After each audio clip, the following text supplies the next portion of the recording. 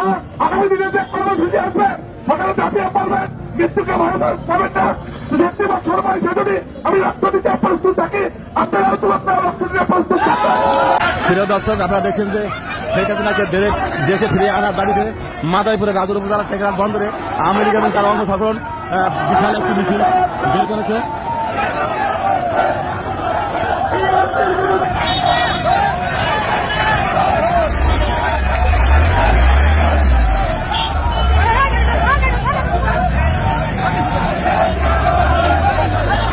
দর্শক দেখছেন আপনারা কিন্তু যে টেকনাফ বন্দরে দেশে ফিরে আনার দাবিতে আওয়ামী লীগ এবং তার অঙ্গ সংগঠন তারা কিন্তু বিশাল একটি মিছিল বের করছে।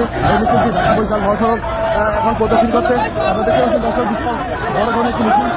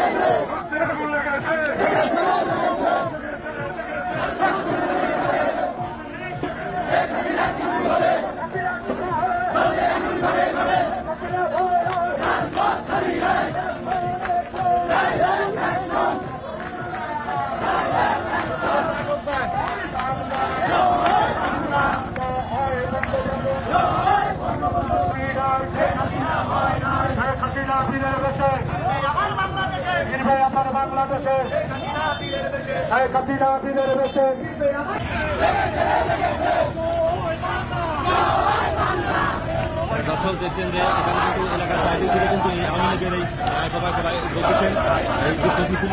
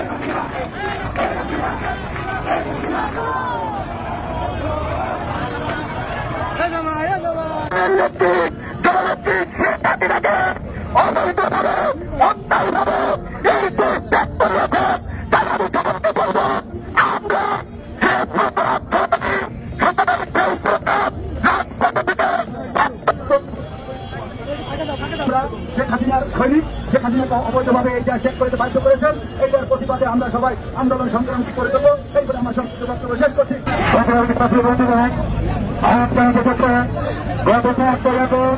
বাংলাদেশের মাননীয় প্রধানমন্ত্রী বঙ্গবন্ধু জননেত্রী শেখ হাসিনাকে এই বাংলাদেশের একটি কূটনীতি মহল সারা বিশ্বের কূটনীতি মহল মিলে যেভাবে দেশ থেকে বঙ্গবন্ধুকে বাধ্য করেছেন, বঙ্গবন্ধুকে এই দেশ থেকে বাধ্য করেছেন, এই দেশ থেকে বঙ্গবন্ধুকে বাধ্য করানোর তীব্র নিন্দা এবং এই প্রতিবাদ আমরা জানাচ্ছি। আজকে আপনারা দেখেছেন তার পদত্যাগের পরে সারা বাংলাদেশে আওয়ামী লীগের নেতৃবৃন্দ এই হিন্দু নেতৃবৃন্দ হিন্দুদের বাড়িতে এবং আওয়ামী লীগের নেতৃবৃন্দের বাড়িতে কিভাবে অগ্নি সংযোগ এবং ভাঙচুর লুটপাট হয়েছে। যারা এতদিন আন্দোলন করে আমাদের প্রিয় নেত্রীকে দেশ থেকে বাধ্য করলে তারা বৈষম্য বিরুদ্ধে আন্দোলন করলেন, কিন্তু পদত্যাগ সরকারের সাথে সাথে যে বৈষম্য এই বাংলাদেশে শুরু হয়েছে এই প্রমাণ আমরা তাদের কাছে রাখছি। শিক্ষিত মানুষ যে বৈষম্য, যে নির্যাতন সারা বাংলাদেশের আওয়ামী লীগের নেতৃবৃন্দের উপরে হচ্ছে এবং আপনাদের দোষরা এগুলা সঠিকভাবে বিচারের আওতায় আনবেন, না হলে আমরা সারা বাংলাদেশে অসংখ্য আন্দোলন দিব।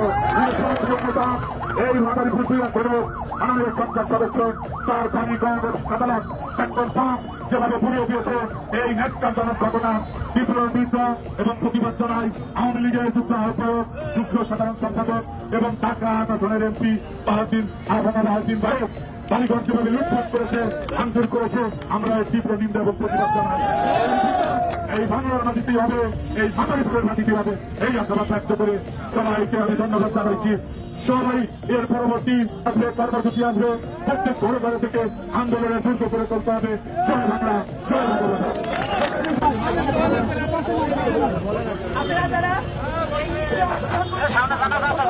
কন্যা জননেত্রী শেখ হাসিনার যে আন্দোলন করে বাংলাদেশে ফিরিয়ে আনার জন্য আমরা রাজপথে নেমেছি, তাদেরকে ধন্যবাদ জানাচ্ছি।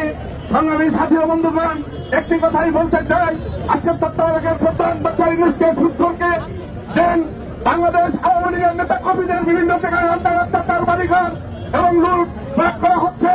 অনতি হিন্দুদের মন্দির এবং হিন্দুদের বাড়িতে লুটপাট করা হচ্ছে। অনতি বিলম্বে যদি এত বন্ধ না করেন তাহলে আপনার বিরুদ্ধে সারা বাংলাদেশে